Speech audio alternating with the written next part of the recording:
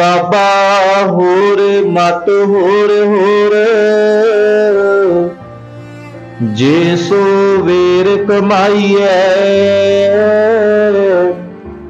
कूड़े कूड़ा जोर। बाबा हे भाई होर मत होर होर, कि जिस मनुख दी मत उस अकाल पुरख परमात्मा दी सिव सलाह तो खुंजी हुई है, जेड़ी मत माया दी गल्लां करदी है, होर होर पासे ही वो मत जांदी है, वो हमेशा दुख ही महसूस करदी है। जदों असी धन धन साहिब श्री गुरु पातशाह जी की बाणी नूं पढ़ना करते हाँ ते पातशाह जी बड़े ही सुंदर बचन आखदे हन। एक रुख की एग्जाम्पल लैंदे हन। पातशाह जी आखदे हन कि जिवें ही पतझड़ दा मौसम आउंदा है, पेड़ पौधिਆਂ ਦੇ जिन्ने भी पत्ते हुंदे हैं वो सारे झड़ जाते हैं। ਜਿਹੜੇ ਝੜੇ ਹੋਏ ਪੱਤੇ ਹਨ ਉਹਨਾਂ ਨੇ ਕਦੇ ਵੀ ਪੇੜ ਦੇ ਨਾਲ ਨਹੀਂ ਜੁੜ ਸਕਦੇ, ਕਿਉਂਕਿ ਉਹ ਆਪਣੇ ਮੂਲ ਤੋਂ ਟੁੱਟ ਜਾਂਦੇ ਹਨ। ਜਿਹੜਾ ਬੰਦਾ ਆਪਣੇ ਮੂਲ ਤੋਂ ਟੁੱਟਦਾ ਹੈ, ਧੰਨ ਧੰਨ ਸਾਹਿਬ ਸ੍ਰੀ ਗੁਰੂ ਗ੍ਰੰਥ ਸਾਹਿਬ ਜੀ ਮਹਾਰਾਜ ਤਿੰਨਾਂ ਦੀ ਬਾਵਨੀ ਤੋਂ ਵਿਛੜਦਾ ਹੈ, ਉਹ ਹਮੇਸ਼ਾ ਖੁਆਰੀ ਹੁੰਦਾ ਹੈ। ਤੇ ਪਾਤਸ਼ਾਹ ਜੀ ਆਖਦੇ ਨੇ ਜਿਹਦੀ ਮੱਤ ਹੋਰ ਹੋਰ ਕੰਮ ਹੀ ਕਰਦੀ ਰਹਿੰਦੀ ਹੈ, ਜਿਵੇਂ ਕਿ ਉਹ ਪੱਤਾ ਜਦੋਂ ਡਿੱਗਦਾ ਹੈ ਧਰਤੀ ਦੇ ਉੱਤੇ ਹਵਾ ਆਉਂਦੀ ਹੈ, ਪਤਾ ਨਹੀਂ ਕਿੰਨੀ ਕੋਹਾਂ ਦੂਰ ਉਹਨੂੰ ਉਡਾ ਕੇ ਲੈ ਜਾਂਦੀ ਹੈ। ਇਸੇ ਤਰੀਕੇ ਦੇ ਨਾਲ ਜਿਹੜੀ ਇਹ ਮੱਤ ਹੈ, ਮਾਇਆ ਭਰੀ ਮੱਤ ਹੈ, ਮਲੀਨ ਮੱਤ ਹੈ, ਇਹ ਬੰਦੇ ਨੂੰ ਹਮੇਸ਼ਾ ਖੁਆਰ ਹੀ ਕਰਦੀ ਹੈ। ਜਦੋਂ ਅਸੀਂ ਪਾਵਨ ਬਚਨ ਪੜ੍ਹਨਾ ਕਰਦੇ ਹਾਂ, ਗਾਥਾ ਬਾਣੀ ਅਸੀਂ ਜਦੋਂ ਪੜ੍ਹਨਾ ਕਰਦੇ ਹਾਂ, ਤੇ ਮੇਰੇ ਪਾਤਸ਼ਾਹ ਜੀ ਬੜੇ ਹੀ ਸੁੰਦਰ ਬਚਨ ਆਖਦੇ ਹਨ। ਪੱਤਰ ਪੁਰਜੇਨ ਝੜੀਆਂ ਨਾ ਜੜੀਆਂ ਪੇੜ ਸੰਪਤਾ। ਪੱਤਰ ਦਾ ਭਾਵ ਹੁੰਦਾ ਹੈ ਪੱਤਾ, ਪਰਮੇ ਪੁਰਜੇਨ ਦਾ ਭਾਵ ਭੁਰ ਜਾਂਦੇ ਹਨ। ਝੜੀਆਂ ਨਾ ਜੜੀਆਂ ਪੇੜ ਸੰਪਤਾ, ਕਿ ਜਿਹੜਾ ਪੱਤਾ ਆਪਣੇ ਰੁੱਖ ਤੋਂ ਭਾਵ ਕਿ ਜਿਹੜਾ ਪੱਤਾ ਰੁੱਖ ਦੀਆਂ ਟਾਹਣੀਆਂ ਤੋਂ ਵਿਛੜ ਕੇ ਜਦੋਂ ਧਰਤੀ ਤੇ ਡਿੱਗ ਜਾਂਦਾ ਹੈ, ਟੁੱਟ ਜਾਂਦਾ ਹੈ, ਉਹ ਕਦੇ ਵੀ ਦੁਬਾਰਾ ਉਸ ਰੁੱਖ ਦੇ ਨਾਲ ਨਹੀਂ ਜੁੜ ਸਕਦਾ। ਪੇੜ ਸੰਪਤਾ ਨਾ ਬਿਹੂਣ ਬਿਖਮਤਾ, ਨਾਨਕ ਬਹੰਤ ਬਾਸਰੋ ਰਹਿਣੀ। ਇਸੇ ਤਰੀਕੇ ਦੇ ਨਾਲ ਇਹ ਨਾਨਕ ਨਾਮ ਤੋਂ ਬਿਹੂਣ ਜਿਹੜਾ ਆਦਮੀ ਹੈ, ਉਹਦੀ ਅਕਾਲ ਪੁਰਖ ਪਰਮਾਤਮਾ ਦੀ ਸਿਫਤ ਸਲਾਹ ਤੋਂ ਬਿਨਾ ਜਿਹੜਾ ਮਨੁੱਖ ਹੋਰ ਹੋਰ ਕੰਮ ਕਰਦਾ ਹੈ, ਉਹ ਫਿਰ ਜੁਨਾਂ ਦੇ ਅੰਦਰ ਹੀ ਭਟਕਦਾ ਰਹਿੰਦਾ ਹੈ। ਹਮੇਸ਼ਾ ਉਸ ਦਾ ਆਵਾਗਮਨ ਲੱਗਾ ਹੀ ਰਹਿੰਦਾ ਹੈ ਸੰਸਾਰ ਦੇ ਉੱਤੇ। ਮੇਰੇ ਪਾਤਸ਼ਾਹ ਜੀ ਆਖਦੇ ਨੇ, ਬਾਬਾ ਹੋਰ ਮਤ ਹੋਰ ਹੋਰ, ਜੇ ਸੋ ਵੇਰ ਕਮਾਈਐ, ਕੂੜਾ ਕੂੜਾ ਜ਼ੋਰ। ਜੇ ਸੋ ਵੇਰ ਕਮਾਈਏ ਦਾ ਭਾਵ ਕਿ ਜੇ ਸੋ ਵਾਰ ਵੀ ਅਸੀਂ ਉਦਮ ਕਰੀਏ, ਭਾਵ ਕਿ ਅਕਾਲ ਪੁਰਖ ਪਰਮਾਤਮਾ ਦੀ ਸਿਫਤ ਸਲਾਹ ਤੋਂ ਬਿਨਾ ਕਿੰਨਾ ਹੀ ਜ਼ੋਰ ਲਗਾਈਏ, ਕਿੰਨਾ ਹੀ ਉਦਮ ਕਰੀਏ, ਸੈਂਕੜੇ ਵਾਰ ਅਸੀਂ ਜ਼ੋਰ ਲਗਾਉਂਦੇ ਰਹੀਏ, ਉਦਮ ਕਰਦੇ ਰਹੀਏ, ਕੂੜਾ ਕੂੜਾ ਜ਼ੋਰ। ਜਿਹੜੀ ਇਹ ਕੂੜ ਦਾ ਕਰਮ ਹੈ ਨਾ, ਇਸ ਦਾ ਹੀ ਜ਼ੋਰ ਵਧਣਾ ਹੈ, ਕਿਉਂਕਿ ਬੰਦਾ ਜੋ ਦੇਖਦਾ ਹੈ ਉਵੇਂ ਦਾ ਹੀ ਉਹ ਸੋਚਦਾ ਹੈ। ਜੇ ਬੰਦਾ ਧੰਨ ਧੰਨ ਸਾਹਿਬ ਸ੍ਰੀ ਗੁਰੂ ਗ੍ਰੰਥ ਸਾਹਿਬ ਜੀ ਦੀ ਪਾਵਨ ਬਾਣੀ ਨੂੰ ਪੜ੍ਹਨਾ ਕਰੇਗਾ, ਉਹਦਾ ਜਿਹੜਾ ਹਿਰਦਾ ਹੈ ਉਹ ਪਵਿੱਤਰ ਬਣੇਗਾ। ਇਸੇ ਤਰੀਕੇ ਦੇ ਨਾਲ ਪਾਤਸ਼ਾਹ ਜੀ ਦੀ ਜਦੋਂ ਬੰਦਾ ਸੰਗਤ ਕਰਦਾ ਹੈ, ਉਹਨੂੰ ਇੱਕ ਦਿਨ ਲਗਨ ਪ੍ਰਾਪਤ ਹੁੰਦੀ ਹੈ। ਉਸ ਅਕਾਲ ਪੁਰਖ ਪ੍ਰਮਾਤਮਾ ਦੀ ਰੱਬੀ ਬਾਣੀ ਦੇ ਨਾਲ ਇੰਨਾ ਪਿਆਰ ਪੈ ਜਾਂਦਾ ਹੈ, ਉਹ ਇੱਕ ਦਿਨ ਵੀ ਜੇਕਰ ਆਣ ਕੇ ਸੰਗਤ ਦੇ ਅੰਦਰ ਨਹੀਂ ਬੈਠਦਾ ਨਾ, ਤੇ ਉਹਦੇ ਅੰਦਰ ਇੱਕ ਤੜਪ ਪੈਦਾ ਹੋ ਜਾਂਦੀ ਹੈ।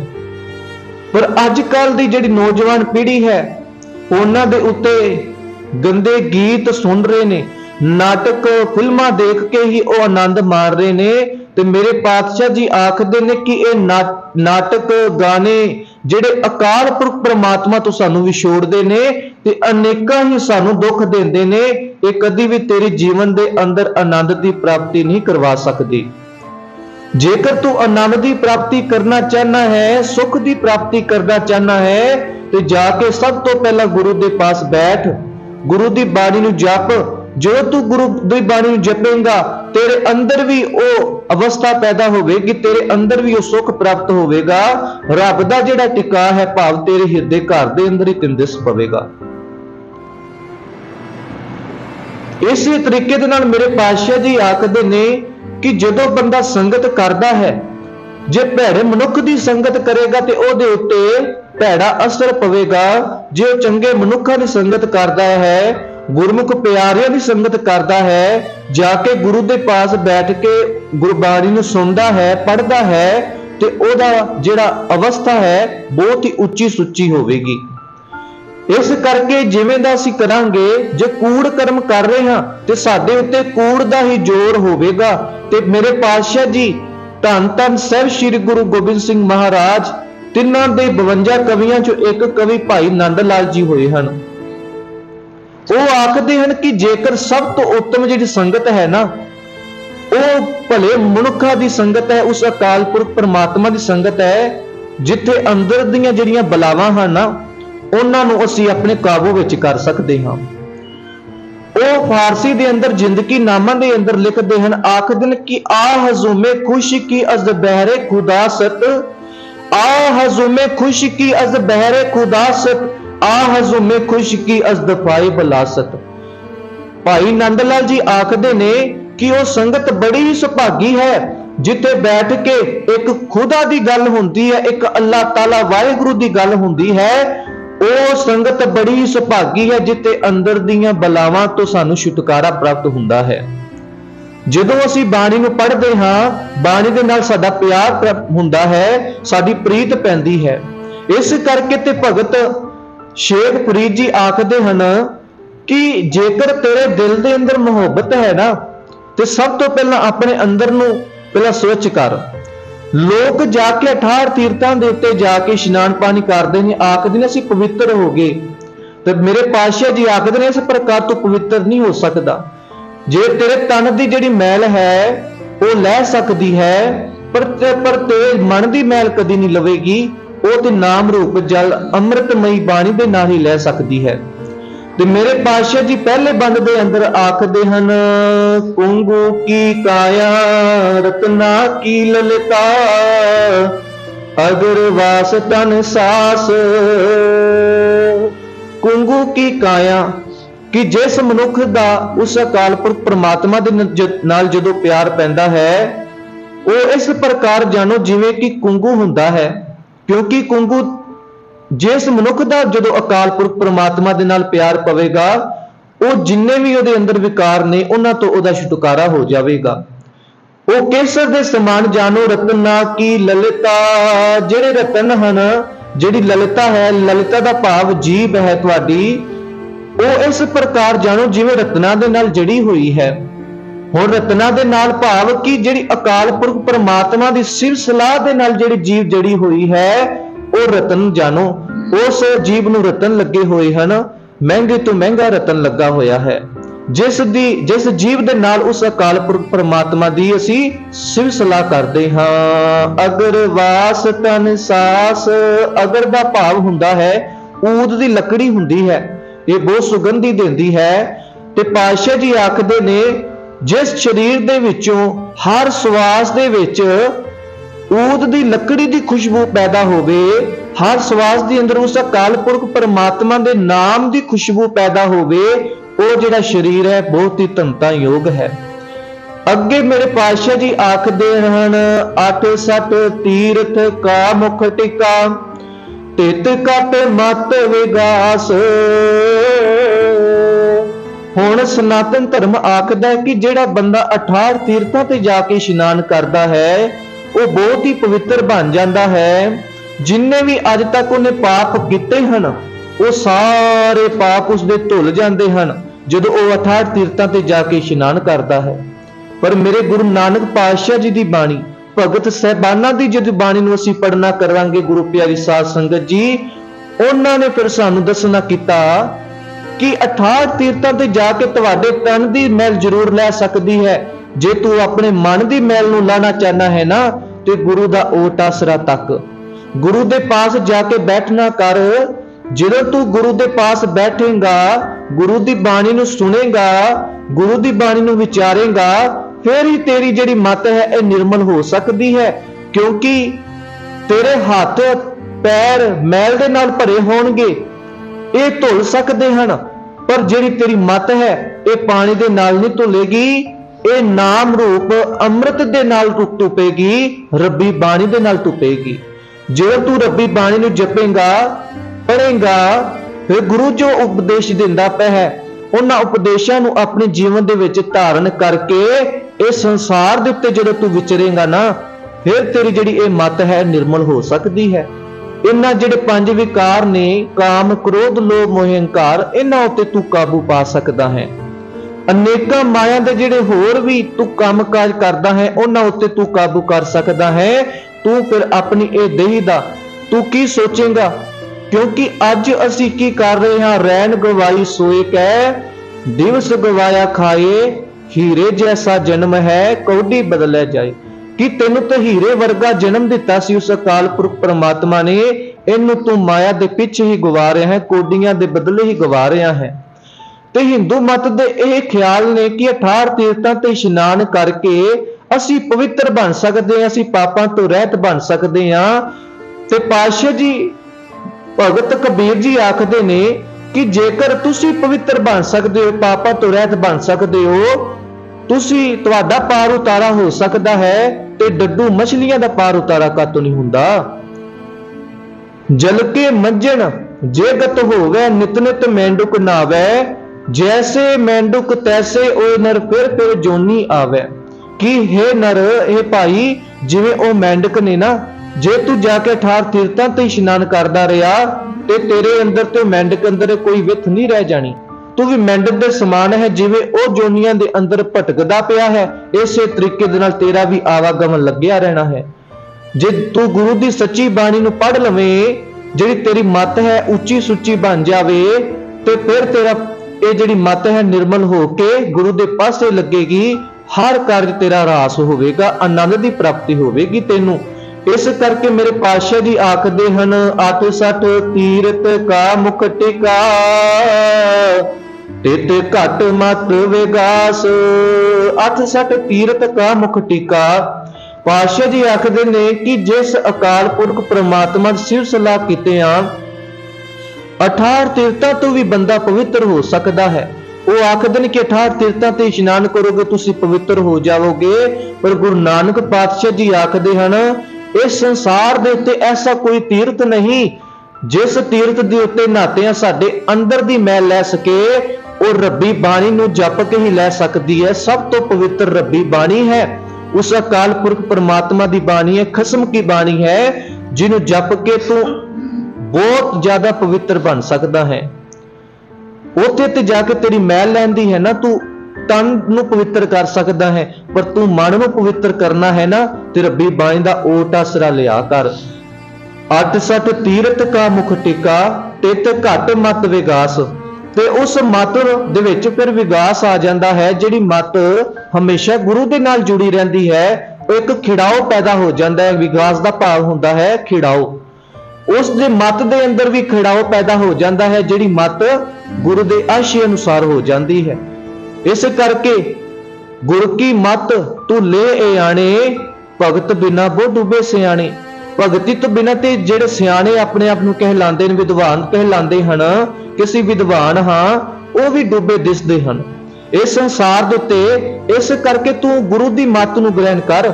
ਜਦੋਂ ਤੂੰ ਗੁਰੂ ਦੇ ਘਰ ਆਉਣਾ ਹੈ, ਨਿਮਰਤਾ ਦੇ ਵਿੱਚ ਰਹਿ ਕੇ ਗੁਰੂ ਦੀ ਬਾਣੀ ਨੂੰ ਪੜ੍ਹਨਾ ਕਰ। ਹਰ ਕਿਸੇ ਦੇ ਨਾਲ ਪਿਆਰ ਦੇ ਨਾਲ ਬੋਲਣਾ ਕਰ। ਫਿਰ ਤੇਰੀ ਜਿਹੜੀ ਮੱਤ ਹੈ, ਇਹ ਫਿਰ ਮਤ ਤੇਰੀ ਨਿਰਮਲ ਹੋ ਸਕਦੀ ਹੈ। ਤੇ ਰਹਾਉ ਵਾਲੇ ਬਣ ਦੇ ਅੰਦਰ ਮੇਰੇ ਪਾਤਸ਼ਾਹ ਜੀ ਆਖਦੇ ਹਨ, ਬਾਬਾ ਹੋਰ ਮਤ ਹੋਰ, ਜੇ ਸੋ ਵੇਰ ਕਮਾਈਐ ਕੂੜੈ ਕੂੜਾ ਜ਼ੋਰ। ਕਿ ਜੇ ਤੂੰ ਭੈੜੇ ਕੰਮ ਹੀ ਕਰਦਾ ਰਿਹਾ, ਤੂੰ ਕੂੜ ਕਰਮ ਹੀ ਕਰਦਾ ਰਿਹਾ, ਇਹ ਕੂੜ ਨੇ ਤੇਰੇ ਉੱਤੇ ਹੀ ਜ਼ੋਰ ਪਾਣਾ ਹੈ। ਬੰਦਾ ਕਿਉਂਕਿ ਮਾਇਆ ਤੇ ਇੰਨਾ ਜ਼ੋਰ ਦਿੰਦਾ ਹੈ, ਇਕੱਠੀ ਕਰਨ ਤੇ, ਧਨ ਪਦਾਰਥ ਨੂੰ ਇਕੱਠਾ ਕਰਨ ਤੇ ਇੰਨਾ ਜ਼ੋਰ ਦਿੰਦਾ ਹੈ। ਜੇ ਇੰਨਾ ਜ਼ੋਰ ਰੱਬੀ ਬਾਣੀ ਨੂੰ ਪੜ੍ਹਨ ਦੇ ਉੱਤੇ, ਵਿਚਾਰਨ ਤੇ, ਰੱਬੀ ਬਾਣੀ ਨੂੰ ਆਪਣੀ ਜ਼ਿੰਦਗੀ ਦੇ ਵਿੱਚ ਅਪਣਾਉਣ ਤੇ ਜ਼ੋਰ ਦੇਵੇ, ਉਹ ਨਿਰਮਲ ਬਣ ਸਕਦਾ ਹੈ। इस करके जो असीं देखांगे अपने अखां तो ਉਹ ਸਾਡੇ ਮਨ ਦੇ ਵਿੱਚ ਜਾ ਕੇ ਸਟੋਰ ਹੁੰਦਾ ਹੈ। ਜੋ ਅਸੀਂ ਸੁਣਾਂਗੇ ਉਹ ਵੀ ਸਾਡੇ ਮਨ ਦੇ ਉੱਤੇ ਪ੍ਰਭਾਵ ਪਾਉਂਦਾ ਹੈ। ਇਸੇ ਤਰੀਕੇ ਦੇ ਨਾਲ ਅਸੀਂ ਕਿਸੇ ਚੀਜ਼ ਨੂੰ ਦੇਖ ਲਈਏ ਤੇ ਅੱਖਾਂ ਬੰਦ ਕਰ ਲਈਏ ਤੇ ਸਾਨੂੰ ਉਹ ਚੀਜ਼ ਸਾਨੂੰ ਉਸੇ ਤਰੀਕੇ ਨਾਲ ਦਿਸਦੀ ਹੈ। ਅੱਖਾਂ ਬੰਦ ਕਰਕੇ ਵੀ ਇਸੇ ਤਰੀਕੇ ਦੇ ਨਾਲ ਜੇਕਰ ਸਾਡੇ ਸਾਹਮਣੇ ਗੁਰੂ ਦੀ ਬਾਣੀ ਹੋਵੇਗੀ, ਗੁਰੂ ਦੀ ਬਾਣੀ ਨੂੰ ਪੜਾਂਗੇ ਤੇ ਸਾਡਾ ਜਿਹੜਾ ਨਿਰਮਲ ਹੈ, ਭਾਵ ਕਿ ਜਿਹੜੀ ਸਾਡੀ ਮਤ ਹੈ ਇਹ ਨਿਰਮਲ ਬਣ ਜਾਵੇਗੀ। ਪੂਜ ਲਗੇ ਪੀਰ ਆਖੀਏ ਸਭ ਮਿਲੇ ਸੰਸਾਰ। ਜੇ ਕੋਈ ਆਪਣੇ ਆਪ ਨੂੰ ਪੀਰ ਅਖਵਾਉਣ ਲੱਗ ਪਵੇ, ਸਾਰਾ ਸੰਸਾਰ ਉਸ ਦੀ ਪੂਜਾ ਕਰਨ ਲੱਗ ਪਵੇ, ਸਾਰਾ ਸੰਸਾਰ ਉਸ ਦੇ ਆਣ ਕੇ ਦਰਸ਼ਨ ਕਰੇ, ਫਿਰ ਪਾਤਸ਼ਾਹ ਜੀ ਆਖਦੇ ਨਾਉ ਸਦਾਏ ਆਪਣਾ ਹੋਵੇ ਸਿੱਧ ਸ਼ੁਮਾਰ। ਤੇ ਉਸ ਦਾ ਜਿਹੜਾ ਨਾਮਨਾ ਹੈ ਉਹ ਕਰਾਮਾਤੀ ਸਿੱਧ ਸਾਬਿਤ ਹੋ ਜਾਵੇ, ਵੱਡੇ ਤੋਂ ਵੱਡਾ ਜਿਹੜਾ ਸਿੱਧ ਹੈ ਉਹ ਬਣ ਜਾਵੇ ਤੇ ਉਸ ਦਾ ਜਿਹੜਾ ਨਾਮਨਾ ਹੈ ਬਹੁਤ ਹੀ ਵੱਡਾ ਬਣ ਜਾਵੇ। ਤੇ ਪਾਤਸ਼ਾਹ ਜੀ ਆਖਦੇ ਜਾਪਤ ਲੇਖੇ ਨਾ ਪਵੇ ਸਭਾ ਪੂਜ ਖੁਆਰ। ਤੇ ਅੱਜ ਸਭ ਕੁਝ ਕੀਤੇ ਆ, ਵੱਡਾ ਨਾਮਨਾ ਇਕੱਠਾ ਕੀਤੇ ਆ। ਜੇਕਰ ਤੇਰੇ ਕੋਲ ਗੁਨਾਹ ਦਾ ਭਾਵ ਕਿ ਖਜ਼ਾਨਾ ਨਹੀਂ ਹੈ ਤੇ ਇਹ ਜਿਹੜਾ ਤੇਰਾ ਨਾਮਨਾ ਹੈ ਉਸ ਰੱਬ ਦੀ ਹਜ਼ੂਰੀ ਦੇ ਅੰਦਰ ਤੈਨੂੰ ਇੱਜ਼ਤ ਕਦੀ ਵੀ ਨਹੀਂ ਦਿਵਾਵੇਗਾ।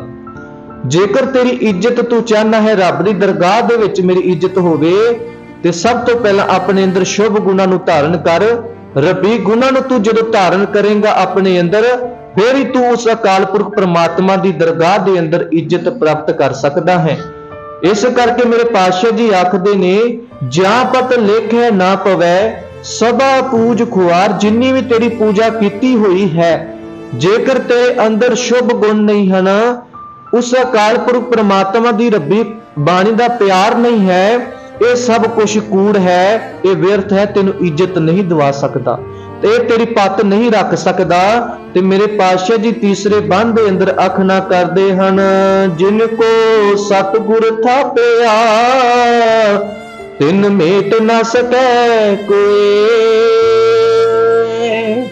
ਜਿਨ੍ਹਾਂ ਨੂੰ ਸਤਿਗੁਰੂ ਨੇ ਥਾਪੜਾ ਬਖਸ਼ਿਆ, ਭਾਵ ਕਿ ਥਾਪੜਾ ਦਿੱਤਾ, ਜਿਨ ਕੋ ਸਤਿਗੁਰ ਥਾਪਿਆ ਤਿਨ ਮੇਟ ਨਾ ਸਕੈ ਕੋਏ। ਤੇ ਸੰਸਾਰ ਦੇ ਉੱਤੇ ਮਹਾਬਲੀ ਯੋਧੇ ਨੇ ਜਿਹੜੇ, ਰਾਜੇ ਨੇ ਜਿਹੜੇ, ਉਹ ਉਸ ਮਨੁੱਖ ਦਾ ਕੁਝ ਵਿਗਾੜ ਨਹੀਂ ਸਕਦੇ ਜਿਸ ਨੂੰ ਗੁਰੂ ਨੇ ਥਾਪੜਾ ਦਿੱਤਾ ਹੋਵੇ। ਆਨੰਦਪੁਰ ਸਾਹਿਬ ਦੀ ਗੜੀ ਨੂੰ ਘੇਰਾ ਪਿਆ ਹੋਇਆ ਹੈ। ਮੁਗਲ ਫੌਜ ਨੇ ਹਾਥੀ ਨੂੰ ਸ਼ਰਾਬ ਪਿਆ ਕੇ ਉਸ ਨੂੰ ਕਿਲੇ ਦਾ ਦਰਵਾਜ਼ਾ ਤੋੜਾਉਣ ਵਾਸਤੇ ਘੱਲਿਆ ਹੈ। ਉਹ ਸਾਰੇ ਭਾਵ ਕਿ ਮਸਤ ਹਾਥੀ ਹੈ, ਉਹ ਕਿਲੇ ਦਾ ਦਰਵਾਜ਼ਾ ਤੋੜਨ ਵਾਸਤੇ ਅੱਗੇ ਵੱਧਦਾ ਪਿਆ ਹੈ। ਤੇ ਮੇਰੇ ਧੰਨ ਧੰਨ ਸਾਹਿਬ ਸ੍ਰੀ ਗੁਰੂ ਕਲਗੀਆਂ ਵਾਲਿਆਂ ਨੇ ਭਾਈ ਬਚਿੱਤਰ ਸਿੰਘ ਜੀ ਨੂੰ ਥਾਪੜਾ ਦੇ ਕੇ ਉਹਨਾਂ ਦੇ ਹੱਥ ਵਿੱਚ ਨਾਗਣੀ ਪੜਾ ਕੇ ਉਹਨਾਂ ਨੂੰ ਜਦੋਂ ਤੋਰਿਆ ਹੈ, ਉਹ ਆਖਦੇ ਨੇ ਕਿ ਤੁਸੀਂ ਉਸ ਹਾਥੀ ਦਾ ਮੂੰਹ ਮੋੜਨਾ ਹੈ। ਉਹ ਆਖਦੇ ਨੇ ਕਿ ਪਾਤਸ਼ਾਹ ਜੀ ਤੁਸੀਂ ਸਮਰੱਥ ਹੋ, ਤੁਸੀਂ ਅਕੱਤ ਹੋ, ਤੁਸੀਂ ਕੁਝ ਵੀ ਕਰਵਾ ਸਕਦੇ ਹੋ। ਜੇ ਤੁਸੀਂ ਚਾਹੋ ਇਸ ਨਿਮਾਨਿਜ ਤੋਂ ਇੱਕ ਪਹਾੜ ਨੂੰ ਵੀ ਤੋੜਵਾ ਸਕਦੇ ਹੋ, ਤੁਸੀਂ ਕੁਝ ਵੀ ਕਰਵਾ ਸਕਦੇ ਹੋ। ਇਹ ਹਾਥੀ ਦਾ ਮੂੰਹ ਮੋੜਨਾ, हे ਸੱਚੇ ਪਿਤਾ ਪ੍ਰਮਾਤਮਾ ਵਾਹਿਗੁਰੂ ਜੀਓ, ਜਿੰਨਾ ਕਰ ਤੇਰਾ ਮੇਰੇ ਸਿਰ ਦੇ ਉੱਤੇ ਹੱਥ ਹੈ, ਤੇਰਾ ਥਾਪੜਾ ਅੱਜ ਮੈਨੂੰ ਮਿਲਿਆ ਹੈ, ਮੈਂ ਕਈਆਂ ਹਾਥੀਆਂ ਨੂੰ ਮੈਂ ਇਹਨਾਂ ਦੇ ਮੂੰਹ ਮੋੜ ਸਕਦਾ ਹਾਂ। ਤੇ ਜਦੋਂ ਉਹ ਨਾਗਰੀ ਬਰਸ਼ਾ ਲੈ ਕੇ ਜਦੋਂ ਚੱਲਣਾ ਕਰਦੇ ਨੇ ਘੋੜੇ ਤੇ ਸਵਾਰ ਹੋ ਕੇ, ਹਾਥੀ ਨੂੰ ਅੱਗੇ ਦੇਖਦੇ ਹਨ, ਹਾਥੀ ਦੀਆਂ ਅੱਖਾਂ ਲਾਲ ਹਨ, ਉਹਦੇ ਜਿਹੜਾ ਮੱਥਾ ਮਸਤਕ ਹੈ, ਉਸ ਮਸਤਕ ਦੇ ਉੱਤੇ ਕਹਿੰਦੇ ਹਨ ਕਿ ਲੋਹੇ ਦੀ ਬੜੀ ਮੋਟੀ ਚਾਦਰ ਚੜੀ ਹੋਈ ਹੈ, ਜਿਸ ਨੂੰ ਤੋੜਨਾ ਬੜਾ ਹੀ ਮੁਸ਼ਕਲ ਹੈ। ਭਾਈ ਬਚਿੱਤਰ ਸਿੰਘ ਜੀ ਦੇਖੋ ਕਿੰਨੀ ਕੁ ਜਾਨ ਲਗਾਈ ਹੋਵੇਗੀ ਉਹਨਾਂ ਨੇ। ਜਦੋਂ ਉਹਨਾਂ ਨੇ ਦੇਖਿਆ ਹੈ, ਉਤਾਂ ਉੱਠ ਕੇ ਘੋੜੇ ਤੇ ਸਵਾਰ ਹੋ ਕੇ, ਭਾਵ ਕਿ ਜਦੋਂ ਆ ਰਿਹਾ ਹੈ ਹਾਥੀ, ਉਤਾਂ ਉੱਠ ਕੇ ਉਹਨਾਂ ਦੇ ਮਸਤਕ ਦੇ, ਭਾਵ ਕਿ ਹਾਥੀ ਦੇ ਮਸਤਕ ਦੇ ਉੱਤੇ ਜਦੋਂ ਨਾਗਨੀ ਬਰਛੀ ਦਾ ਵਾਰ ਕਰਦੇ ਹਨ, ਉਹ ਉਸ ਲੋਹੇ ਨੂੰ ਚੀਰਦੀ ਹੋਈ ਉਹਦੇ ਮਸਤਕ ਦੇ ਅੰਦਰ ਵੜ ਜਾਂਦੀ ਹੈ। ਉਹ ਕੁਰਲਾਂਦਾ ਫਿਰ ਪਿਛਾ ਨੂੰ ਮੁੜ ਕੇ ਮੁਗਲ ਫੌਜਾਂ ਨੂੰ ਹੀ ਲਤਾੜਦਾ ਜਾ ਰਿਹਾ ਹੈ। ਇਹ ਹੈ ਗੁਰੂ ਸਿੱਖਾਂ ਦੀ, ਜਿਹਨੂੰ ਵੀ ਗੁਰੂ ਨੇ ਥਾਪੜਾ ਦਿੱਤਾ ਹੈ, ਜਿਸ ਦੇ ਉੱਤੇ ਗੁਰੂ ਦੀ ਕਿਰਪਾ ਹੋਈ ਹੈ, ਉਸ ਨੂੰ ਇਸ ਸੰਸਾਰ ਦੇ ਉੱਤੇ ਕੋਈ ਮਾਰ ਨਹੀਂ ਸਕਦਾ, ਉਸ ਨੂੰ ਕੋਈ ਬੁਰਾ ਕਹਿ ਨਹੀਂ ਸਕਦਾ। ਇਸ ਕਰਕੇ ਸਾਨੂੰ ਅਕਾਲ ਪੁਰਖ ਪ੍ਰਮਾਤਮਾ ਦਾ ਆਸਰਾ ਤੱਕਣਾ ਚਾਹੀਦਾ ਹੈ। ਉਸ ਆਸਰੇ ਤੋਂ ਬਿਨਾਂ ਇਸ ਸੰਸਾਰ ਦੇ ਉੱਤੇ ਸਾਡਾ ਕੋਈ ਨਹੀਂ ਹੈ। ਜਿੰਨੇ ਵੀ ਸਾਖ ਸੰਬੰਧੀ ਹਨ, ਜੇ ਸੁੱਖ ਹੈ ਨਾ, ਸਾਰੇ ਆਣ ਕੇ ਸਾਡੇ ਕੋਲ ਬੈਠ ਰਹੇ ਨੇ। ਜਦੋਂ ਹੀ ਦੁੱਖ ਆ ਗਿਆ, ਉਹਨਾਂ ਨੇ ਹੀ ਸਾਡਾ ਸਾਥ ਛੱਡ ਕੇ ਇਸ ਸੰਸਾਰ ਤੋਂ ਕਹਿਣਾ ਹੈ ਅਸੀਂ ਨਹੀਂ ਆ ਸਕਦੇ।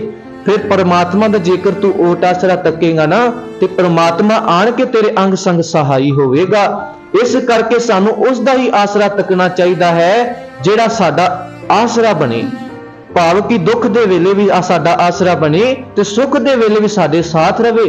ਤੇ ਮੇਰੇ ਪਾਤਸ਼ਾਹ ਜੀ ਆਖਦੇ ਨੇ, ਸੱਜਣ ਸਹੀ ਨਾਲ ਮੈਂ ਚੱਲਦਿਆਂ ਨਾਲ ਚੱਲਣ, ਜਿੱਥੇ ਲੇਖਾ ਮੰਗੀਐ ਤਿੱਥੇ ਖੜੇ ਦਿਸਣ। ਜਿੱਥੇ ਵੀ ਲੇਖਾ ਜੋਖਾ ਮੰਗਿਆ ਜਾਵੇ, ਉੱਥੇ ਆਣ ਕੇ ਉਹ ਸੱਜਣ ਮਿੱਤਰ ਪਿਆਰੇ ਆਣ ਕੇ ਖੜੇ ਹੋ ਜਾਣ। ਉਹ ਹਨ ਸਾਡੇ ਸ਼ੁਭ ਗੁਣ।